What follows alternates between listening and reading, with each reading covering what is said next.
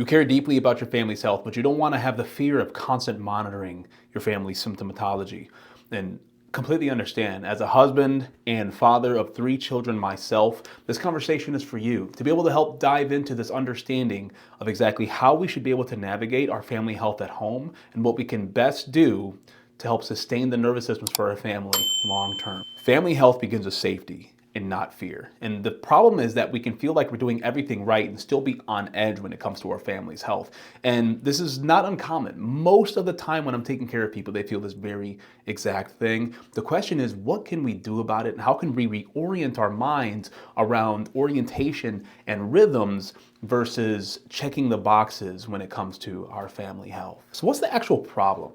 The problem is that we are taught to be able to look at symptoms, not necessarily the overall condition and how someone's feeling. And this is what the traditional medical model has taught us, right? The traditional medical model teaches us to be able to look out for certain things. Okay, now you have head pain. Okay, now you have you're having tummy issues for our children. Okay, now you're having foot pain. And that all these things are separate. And so what we start to do is we start to look at the person, right? Whether it be our husband, our wife, or our children. We start to see them as the sum of their parts versus the actual person who they are, and realizing that they're not kind of acting or behaving the same way in which they typically do. So the problem is that vigilance can easily and very quickly become hypervigilance.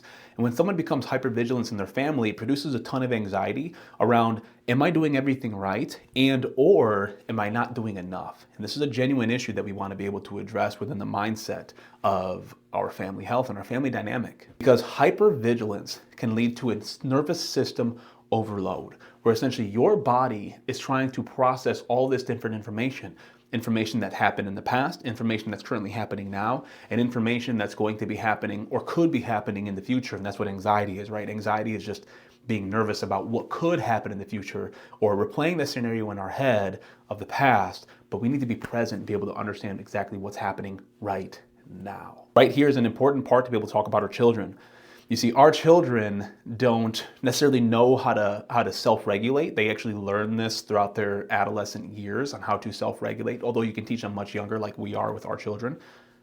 They actually borrow the nervous system of their parents. So this understanding that children don't regulate, we have to understand that they are actually borrowing our nervous system. They're mirroring our response to situations. They're mirroring the way that I'm talking to my wife. They're mirroring the way that they see me answer a phone call. They're mirroring the way that they see me navigate the clinic and take care of people. They're mirroring the way that I may be making these videos, right? They're mirroring the way that they see me at church. They're mirroring X, Y, Z. They're constantly looking at us and borrowing their self-regulation techniques from ourselves. And this is a very, very grave topic that we really need to understand as parents, especially as it relates to the family health of our home. Is that a home can still look fine on the outside, but it can still leave a nervous system dysfunctional on the inside, especially if there was a past. Okay, and this is why we want to be able to work through all these different aspects of our lives, especially if we've grown up in an environment where we want to raise our kids differently. There's a lot of work that goes into that to make sure that our children don't feel the brunt of our past,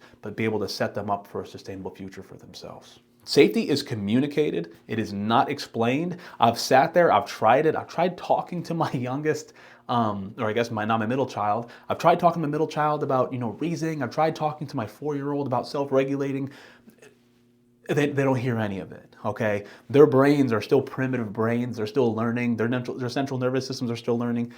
They're borrowing us, and they're seeing how we respond. So we have to understand that this is not explained, but this is actually consumed based on what they see from us. So what does safety in a home actually feel like? Number one, we want to be able to have predictable rhythms. For those of you that don't know, not that it actually matters, but I myself am an Orthodox Christian. What this means is that we follow the liturgical rhythms of the church. And what we do is we extend these liturgical rhythms into the household. So we kind of go off this royal rhythm per se, right? I'm not necessarily looking at the clock and saying, oh, my children need to be in bed by 6:30 or by 7 o'clock. But our children know that there's a certain rhythm that we follow as we're getting ready to go to bed. And this is what starts winding their nervous system down and get them ready. As soon as they hit the sheets, they go to bed for the most part. For the most part. And so what we see is that we see 2 different aspects of time, okay, based off of this rhythmic description of what I'm trying to give you. We have kairos and we have chronos. Chronos is like the chronometer, right? where we see like in a watch, right, that keeps Chronos time. Chronos time is divided into minutes, hours, days, times, years, and then we have Kairos. Okay, Kairos is kind of like when you're sitting there, you're talking to someone, you're having a great conversation, then all of a sudden you look down and you're like, oh my goodness, like where'd the time go? I didn't realize 2 hours had passed. That's Kairos time. And what we want to be able to do in our household to provide a predictable, rhythmic environment is be able to blend the two, okay, the Chronos and the Kairos, and showing our children and showing our spouses we follow these predictable rhythms for these sustainable things that we do every single day. Before we eat, we pray. Before we go to bed, we say our evening prayers. When we wake up, we show the sign of our cross and we say our morning prayers. This is a very couple things that we like to do. When I come into the clinic, okay, when I come into the clinic, I have a very predictable rhythm that I do, whether I come in at 8 o'clock or whether I come in at 11 o'clock, which leads me to my next point in number 2, especially for those with kids, okay? Fewer rushed transitions. Let's be able to start holding ourselves back on these rushed transitions, okay? What we like to do personally is we like to give our children a heads up, but now our children are also younger, okay? We have a 4-year-old, a 2-year-old, and a 2-month-old at the time of this recording. So what we do is we tell them, they may not know the aspect of time, the Chronos time of what we talked about, but what we tell them is, hey, in a couple of minutes, we're going to put our shoes on and we're going to leave the house. This works a lot better, my friend, than just going from them playing with their blocks on the floor to hurry up and get your shoes on and get in the car. Give them a heads up. For the women that are watching this, for your husbands, try it on them. It'll also work for us as well. And the third thing of what safety looks like in the home is genuine curiosity. We can feed off of our children's creativity, and it's actually very beautiful. Something that I've had to work very, very hard on because I'm somebody that when I'm doing something, I want to be able to stay focused on it. I want to be able to get as much done as possible. And then, my 4-year-old comes with a beautiful drawing and she's like, Daddy, look.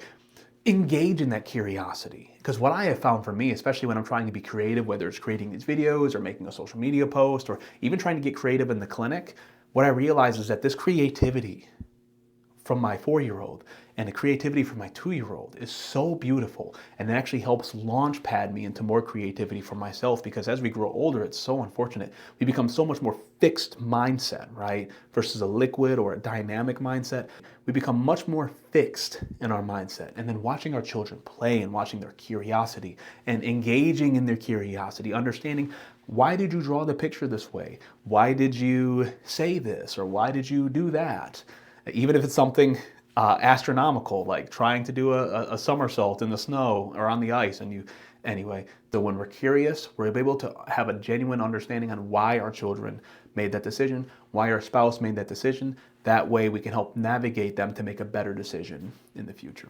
So what are some common familial patterns to notice on, could there be something happening neurologically inside of my child? Not in like a neurologist sense that there's a neurological disorder like ADHD or ADD or anything like that. But what are some ways that I can kind of understand the state of their nervous system? One thing is be able to see, does your child seem tense without any clear reason? Are they sitting on the couch and they're kind of, hunched over? They're kind of just clenched while they're watching TV? The way that they play, are they playing very, are they playing like children and just, having fun, or like roughhousing per se? Or are they being more aggressive in their tone? Another thing to notice for yourself watching this video, do you feel like you're responsible for catching every little thing that your children do? Because if this is the case, you have to understand this kind of panic state, this kind of neurological state that you're in based on your nervous system of being hyper vigilant. I need to know everything. I need to see everything. This can also create panic in your little ones. So what does it look like reorienting our family health? Well, number one is that you don't need more information. You don't need to keep looking at parenting videos or something like that. You need safety, and your children need safety, and your spouse needs safety. They need peace. Prioritize slow reactions over fast reactions. Patterns over isolated symptoms. Calm adults, calm children. You kind of see the rhythm here, right? The best way to lead our family is by showing them a nervous system that is resilient despite the chaos that may be happening. So if you've been noticing patterns in your family's health, if you've gotten a bunch of tests done for your child or for yourself, or for your spouse, and still have gotten no results, I invite you to be able to sign up for a clinical coaching call. So what I do is I do clinical coaching calls or educational case reviews where you actually email me all of your paperwork. And then what I do is I look at it, I assess it, and I try to figure out what kind of neurological state are we in, what type of nervous system state are we in, and then I give practical applications on be able to help correct those, not just for yourself, but for your family moving forward.